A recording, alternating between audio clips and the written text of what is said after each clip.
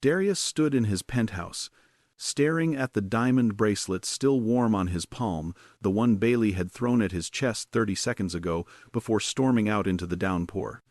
"Keep your guilt gifts," she'd spat. "I'm done being your secret." He'd let her go, too proud to chase. His phone buzzed. Her sister's panicked voice cracked through the speaker. "Darius, Bailey's car." They found it flipped on Highway 7. "The driver's seat is empty. There's blood on the steering wheel. Where is she?" His heart stopped. The woman he'd just pushed away, the one he'd been too stubborn to admit he loved, had vanished into a storm that suddenly felt like it had teeth. Before we dive deeper into this nightmare, do me a quick favor, tap that subscribe button. You're going to want to see how this unfolds. Trust me on that. Now, back to the story. Darius Kincaid Monroe, known to the world as Big Boss. Darius wasn't a man who made mistakes. At 62, he'd built an empire from nothing, turned street smarts into boardroom brilliance, and commanded respect in circles where respect was currency. His white Brioni suit, crisp as fresh snow, matched the custom white Rolls-Royce Phantom parked in his private garage. The white fedora tilted just right on his head completed the signature look that made him unmistakable at every high society event from Miami to Manhattan. But Bailey Harrington? She was the one variable he couldn't control. They'd met 6 months ago at a charity gala in Chicago, one of those glittering affairs where champagne flowed like water and everyone wore their wealth like armor. Bailey was different, 28 years old, whip-smart, with strawberry blonde hair that caught the light, and green eyes that saw right through his carefully constructed walls. She was a trauma surgeon at Northwestern Memorial, someone who saved lives while he built financial legacies. She didn't care about his money. That's what hooked him. Their connection was immediate, electric. Coffee turned into dinner. Dinner turned into weekends at his Lake Michigan estate. He'd shown her his world, the private jets, the yacht moored in Miami, the penthouse suite with floor-to-ceiling windows overlooking the Chicago skyline. She'd shown him hers late-night shifts, the exhaustion of holding someone's life in your hands, the simple joy of pizza at 2 a.m. after a surgery. But Darius had rules. Rules that kept him safe, kept his business separate from pleasure, kept people from getting too close to the shadows that sometimes danced at the edges of his empire. Bailey was supposed to be temporary. A beautiful chapter, not the whole book. She'd started wanting more. Wanting to meet his business associates, to attend events as his official partner, to be acknowledged as more than just a woman he spent time with. And tonight, at his penthouse, she'd finally confronted him. "I love you, Darius," she'd said, standing in his living room with the city lights glittering behind her. "But I'm not doing this anymore. I'm not hiding. Either I'm in your life for real, or I'm out completely." He'd frozen. Love was a luxury he couldn't afford, not with the delicate networks he maintained, the favors owed and collected, the people who depended on his discretion. Letting someone all the way in meant risk, meant vulnerability, meant possible exposure of connections that needed to stay in the shadows. "You don't understand my world," he'd said, his voice colder than he intended. "Some doors don't open, Bailey, not even for you." She'd stared at him for a long moment, then slipped off the diamond bracelet he'd given her last week, a $50,000 piece from Cartier, and thrown it at his chest. It bounced off and clattered to the marble floor. "Keep your guilt gifts," she'd said, grabbing her purse. "I'm done being your secret." The storm had been building all evening, thunder rolling across the lake. He should have stopped her, should have called his driver, should have done 100 things differently. But pride, that old, stubborn pride, kept his feet planted as she walked out the door. Now, 45 minutes later, he was in his Bentley Continental GT, racing toward Highway 7 with his heart hammering against his ribs. Bailey's sister, Morgan, had called the police. But Darius had his own resources. He'd already made 3 calls. People who owed him favors were mobilizing. The crash site was a chaos of flashing lights when he arrived. Police cars, an ambulance, a tow truck. Bailey's silver BMW was crumpled against the guardrail, the driver's side door hanging open like a broken jaw. Rain poured down, turning everything into a watercolor painting of red and blue lights. Darius stepped out, his white suit immediately soaked. A state trooper tried to wave him back. "Sir, this is an active scene." "That's her car," Darius said, his voice cutting through the storm. "Where is she?" The trooper's expression shifted, recognizing the tone of someone who wouldn't be denied. "Are you family?" "Close enough. Where is she?" "Sir, we don't know." The car was called in by a passing trucker about 20 minutes ago. Engine still warm, airbag deployed, but no sign of the driver. "There's blood on the steering wheel, not a lot, probably from a head wound. We've got units searching the area, but in this weather," Darius's mind raced. Bailey was smart, trained in emergency medicine. If she was conscious after the crash, she would have stayed with the car or tried to flag down help. Unless she couldn't. Unless someone had stopped to help and had other intentions. His phone buzzed. A text from one of his contacts, a woman named Rita, who ran a network of private investigators across the Midwest. "Got camera footage from the gas station 2 miles south. White van stopped at the crash site 3 minutes before the trucker arrived. Partial plate. Sending you the image now." The photo came through. Grainy, but clear enough.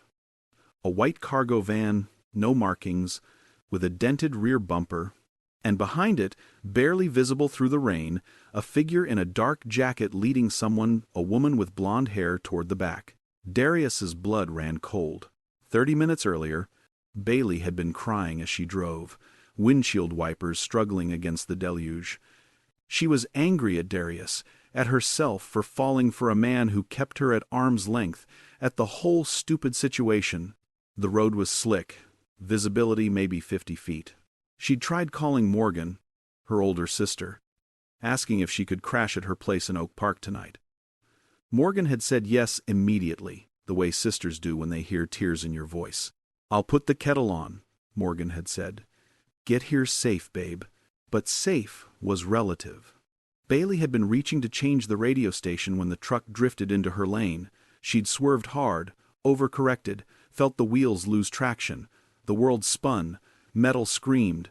Then impact and darkness.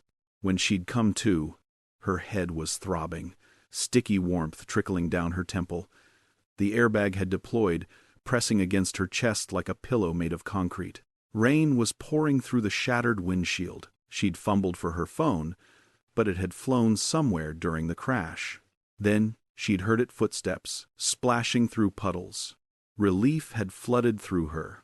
Someone had stopped to help. "Hey!" she'd called out, her voice weak. "I need help." The figure had appeared at her window. Male, wearing a dark rain jacket with the hood up. She couldn't see his face clearly in the dark and rain. "You okay, miss?" His voice was gravelly, neutral. "I think so. My phone? I can't find my phone. Can you call 911? "Sure thing, but let's get you out of this car first. Smells like gas. Could be dangerous." That had made sense. Bailey's medical training kicked in check for injuries. Assess the situation. Get to safety. She'd unclipped her seatbelt. Let him help her out. The rain had hit her like a wall, cold and shocking. Her legs had been shaky, but she could walk. "My van's right here," he'd said, guiding her with a hand on her elbow. "Get you out of the rain while I call emergency services." She'd hesitated then, some instinct whispering that something wasn't right. But her head was pounding, rain was pouring into her eyes, and the open door of the white van had looked warm and dry. That was the last decision she'd made freely. Now, Darius was in his car with Rita, on speakerphone, coordinating a search that had nothing to do with official channels. "The van is registered to a shell company," Rita said, her voice all business. "But I traced it back to a guy named Vincent Kowalski, small-time operator, mostly insurance fraud and staged accidents. Works with a crew that targets solo drivers on bad weather nights.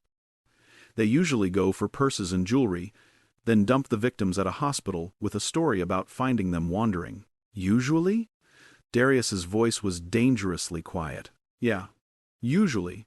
But there's been chatter about them expanding operations, ransom, identity theft. Worse.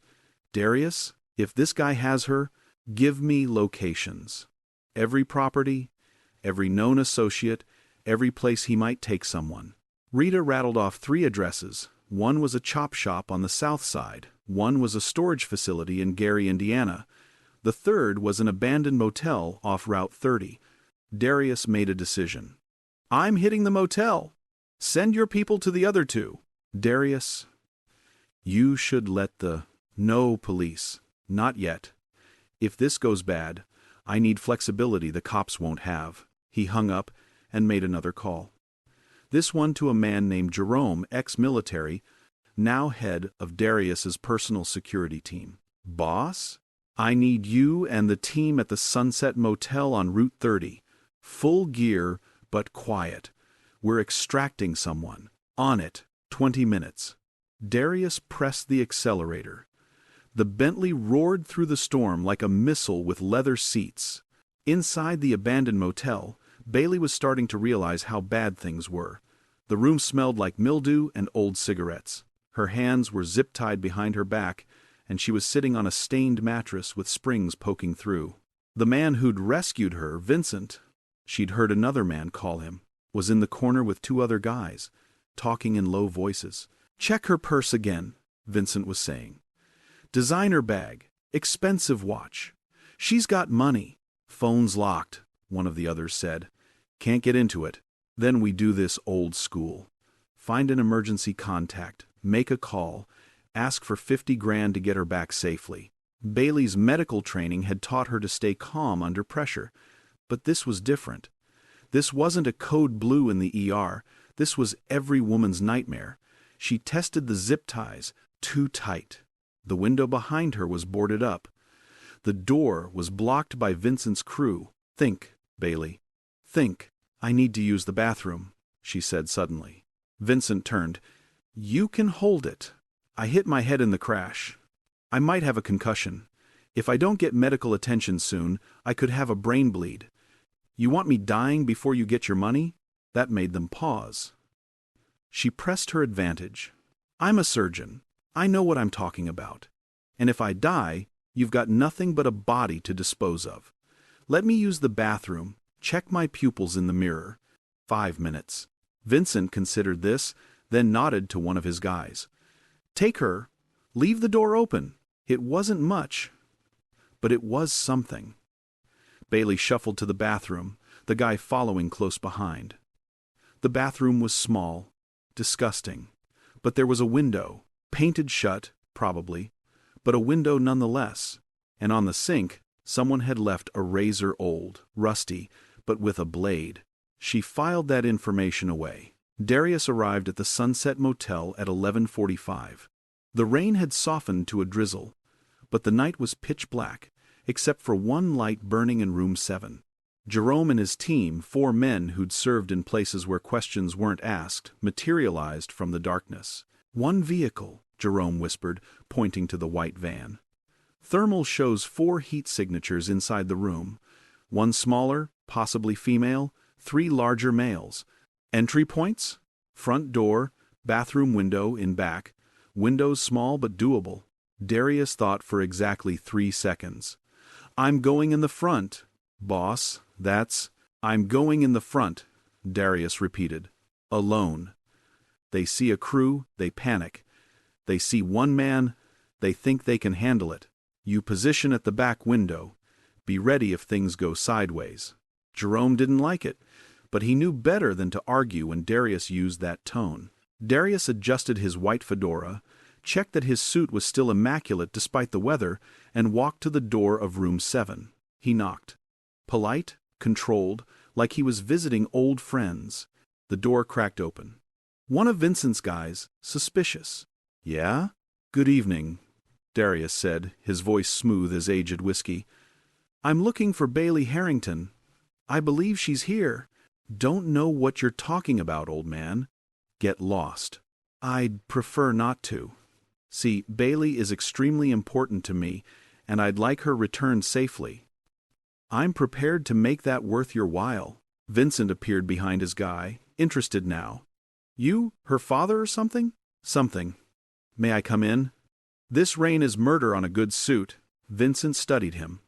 Rich old dude in a white suit, alone, no visible weapons. Probably here to negotiate, maybe pay. Vincent opened the door wider. Darius stepped inside. The room was exactly as depressing as he'd imagined. And there, on the bed, was Bailey. Her eyes went wide when she saw him. Relief, confusion, fear, all of it flashing across her face in an instant. "Darius? Hello, darling," he said calmly. "I apologize for my tardiness." Vincent closed the door. "So you're the boyfriend? Great. Makes this easier. Here's how this works. 50,000, Darius interrupted. Cash, wired to an account of your choosing within the next 10 minutes. In exchange, Bailey walks out of here with me, unharmed, and we all forget this evening ever happened." Vincent grinned. 100,000, 75. Final offer. And before you get greedy, understand something. Darius's voice didn't change volume, but something in it made the temperature in the room drop 10 degrees. "I'm a reasonable man. I'm offering you a generous sum for what amounts to 2 hours of work. But if you push me, if you harm that woman in any way, then we're no longer having a business conversation. We're having a different kind of conversation entirely. And I promise you, Vincent Kowalski, you won't enjoy it." Vincent's grin faltered. "How do you know my name?" "I know a great many things. I know about the 3 warrants in your name. I know about your storage unit in Gary. I know about the loan shark you owe $40,000. I know more about you than you know about yourself." Darius pulled out his phone. "So, let's be smart. Take the money, let us walk, and you can pay off your debts and start fresh somewhere far from Chicago." The other 2 guys were looking nervous now. This wasn't how these things usually went. "How do we know you'll pay?" Vincent asked. "Because unlike you, I keep my word." Darius tapped his phone screen. "I'm opening my banking app right now. Give me the account details." There was a long moment of tension. Vincent looked at his guys, then back at Darius. Finally, he pulled out a piece of paper with numbers scrawled on it. 5 minutes later, $75,000 moved from one account to another. Darius showed Vincent the confirmation. "Cut her loose." Vincent nodded to his guy, who produced a knife, and cut Bailey's zip ties. She stood, rubbing her wrists, and moved to Darius's side. "We're leaving now," Darius said. "You gentlemen are going to wait 10 minutes before you go anywhere. That will give us time to be far away from here. If you follow us, if you ever contact Bailey again, if I even hear a rumor about you in this city, then the other information I have about your crew's involvement in the truck hijacking in Joliet, about the warehouse full of stolen electronics, goes straight to the FBI. Are we clear?" Vincent nodded slowly. Darius offered his arm to Bailey. She took it, and they walked out into the night together. The Bentley was running, Jerome at the wheel. Darius and Bailey slipped into the back seat. As they pulled away, Bailey finally let herself breathe. "How did you find me?" "I have resources," Darius said simply. Then, softer, "I'm sorry. For all of it. For being stubborn. For letting you leave angry. For not protecting you the way I should have." Bailey touched the cut on her forehead. "I crashed my car because I was crying over you. Got kidnapped because I trusted a stranger. This whole night has been a disaster." "Yes, yes it has." Darius pulled a handkerchief from his pocket monogrammed, naturally and gently dabbed at her wound. "But you're safe now." "That's what matters." "You paid $75,000 for me, Bailey." He turned to face her fully. "I would have paid $75 million. You're not a secret I'm ashamed of. You're a treasure I've been too afraid to claim." 3 days later, Bailey woke up in Darius's Lake Michigan estate, sunlight streaming through floor-to-ceiling windows. The past 72 hours had been a blur: police statements, medical checks, Morgan crying and hugging her for a solid 10 minutes. Vincent and his crew had been arrested the next morning trying to flee to Canada. The FBI had been very interested in Darius's anonymous tip about their other activities. Darius had insisted Bailey stay with him while she recovered. She'd protested weakly, then accepted. Truth was, she didn't want to be alone.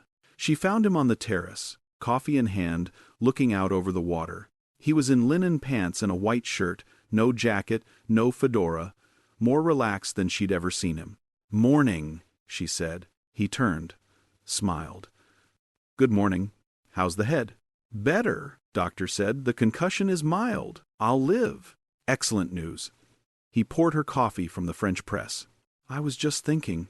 About how I've spent 62 years building walls, keeping people at a distance, protecting myself from vulnerability." He looked at her. "And how none of it mattered the moment I thought I'd lost you." Bailey took the coffee cup, let the warmth seep into her palms. "So, what are you saying?" "I'm saying I want you in my life. Fully. No more hiding, no more secrets. I want you at my events, in my world, by my side, if you'll have me." "Darius, your world has some serious shadows in it. Men who owe you favors, connections that are all perfectly legal and above board," he interrupted gently. "I'm not a saint, Bailey. I've made deals, pulled strings, called in favors, but I'm not a criminal. Just a man who understands that power is about relationships, not intimidation. And yes, some of those relationships need discretion, but not from you. Never from you." She studied him. This man who'd tracked her down, negotiated her freedom, and brought her home. This man who wore white suits and commanded respect with nothing but his presence. This complicated, powerful, generous, stubborn man. "Okay," she said. "Okay? Okay. I'll be in your life. Fully. But Darius, if you ever make me leave in a rainstorm again, I'm keeping the Cartier bracelet and throwing you in the lake." He laughed, the sound rich and genuine. "Deal." 2 weeks later, they attended the Chicago Symphony Orchestra's benefit gala together. Bailey wore a green dress that matched her eyes, and Darius wore his signature white suit and fedora. When they entered, cameras flashed, whispers rippled through the crowd. Big Boss Darius, the most eligible bachelor in Chicago, with a beautiful surgeon on his arm, and no attempt to hide it. Morgan was there too, having flown in from Seattle where she'd moved last year. She pulled Darius aside at one point. "Take care of my sister," she said. "With my life," he promised, and he meant it. Because somewhere between the champagne toasts and the orchestra's performance, Darius realized something.